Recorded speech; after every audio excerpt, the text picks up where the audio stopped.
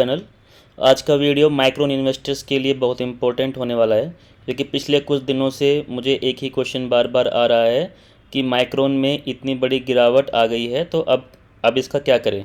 इसको होल्ड करें या इसको बाय करें या फिर प्रॉफिट बुक करके निकल जाएं। और ऑनेस्टली यही क्वेश्चन वॉल स्ट्रीट भी पूछ रहा है। तो आज बिना हाइप के बात करेंगे। मैं आपको बताऊंगा कि माइक्रोन के फंडामेंटल्स क्या कहते हैं, लेटेस्ट न्यूज़ क्या है और इसका एआई स्टोरी अभी भी स्ट्रॉन्ग है या नहीं है। और लास्ट में बताऊंगा कि मैं इस पर्सनल स्टॉक को किस तरह से देख रहा हूं। तो सबसे पहले, क्या माइक्रोन की स्टोरी बदल गई है?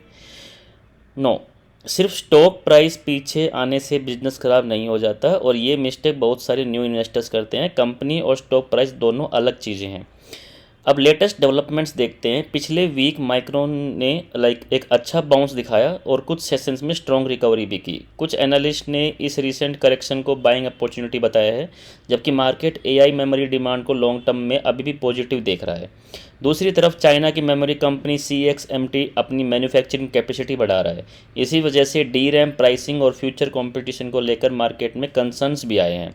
मतलब पॉजिटिव न्यूज़ भी है और रिस्क भी है। लेकिन मैं सिर्फ एक ही चीज़ देखता हूँ, वो है एआई, जो कि आज माइक्रोसॉफ्ट, अमेजॉन, मेटा, गूगल सब एआई डेटा सेंटर्स बना रहे हैं।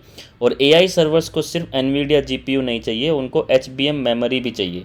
और यूएस इंडस्ट्री के लीडर्स इनमें से एक हैं, वो है माइक्रोन। इसी वजह से कंपनी एग्रेसिवली अपना यूएस मैन्युफैक्चरिंग एक्सपेंशन भी एक्सेलरेट कर रही है, ताकि एआई मेमोरी डिमांड को मीट कर सके। इसमें क्या वॉल स्ट्रीट भी अभी बुलिश है या फिर और बड़े इन्वेस्टर्स भी बुलिश है? तो इंटरेस्टिंग बात यह है कि काफ़ी एनालिस्ट अभी भी माइक्रोन पर पॉजिटिव हैं। कुछ फर्म्स ने higher long term price target दिए हैं, ऑल्दो टारगेट्स अलग अलग फर्म्स के हिसाब से वेरी करते हैं। लेकिन सिर्फ एनालिस्ट टारगेट्स देखकर इन्वेस्टमेंट डिसीजन मत लीजिए। एनालिस्ट थोड़ा बहुत ऊपर नीचे भी हो सकता है। बाई करें या नहीं कर सकते हैं, अभी सबसे इम्पोर्टेंट क्वेश्चन यही है। अगर मेरे पास फ्रेश कैपिटल हो तो क्या मैं एक ही दिन में पूरा इन्वेस्ट करूंगा?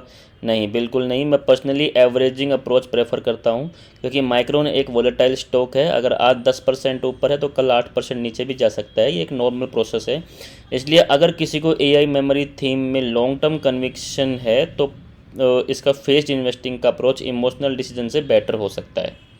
अभी इसमें कब तक रिस्क बढ़ेगा, अभी रिस्क भी समझना ज़रूरी है, क्योंकि 3 चीज़ों में क्लोजली देखूंगा। नंबर 1, एआई स्पेंडिंग स्लो होती है या नहीं। नंबर 2, मेमोरी के प्राइसेस गिरते हैं या स्टेबल रहते हैं। नंबर 3, अगला अर्निंग रिपोर्ट्स। अगर अर्निंग्स और गाइडेंस स्ट्रॉन्ग रहती है तो लॉन्ग टर्म स्टोरी इंटैक्ट रह सकती है। मेरा पर्सनल व्यू इस पे है। अगर आप मुझसे पूछो इसको बाई, होल्ड या सेल करें, मैं इसको तीनों कैटेगरीज में देखता हूँ। अगर आप ऑलरेडी इन्वेस्टर्स हो तो लॉन्ग टर्म व्यू है तो फंडामेंटल्स को क्लोजली मॉनिटर करो, पैनिक से डिसीजन मत लो। फ्रेश इन्वेस्टर हो तो फोमो में मत भागो। अगर इन्वेस्ट करना है तो अपने रिस्क टॉलरेंस के हिसाब से प्लान बनाओ और पोजीशन साइज कंट्रोल में रखो। अगर शॉर्ट टर्म ट्रेडर हो तो वोलेटिलिटी के लिए मेंटली रेडी रह के आप इसमें ट्रेड ले सकते हैं।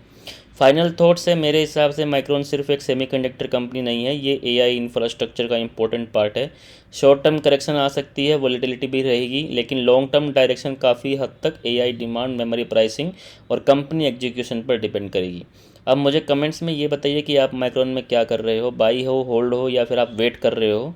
कमेंट करके ज़रूर बताना। और अगर आपको daily US stock market analysis simple language में चाहिए तो वेल्थ पैनल को सब्सक्राइब करना मत भूलिए। Thank you.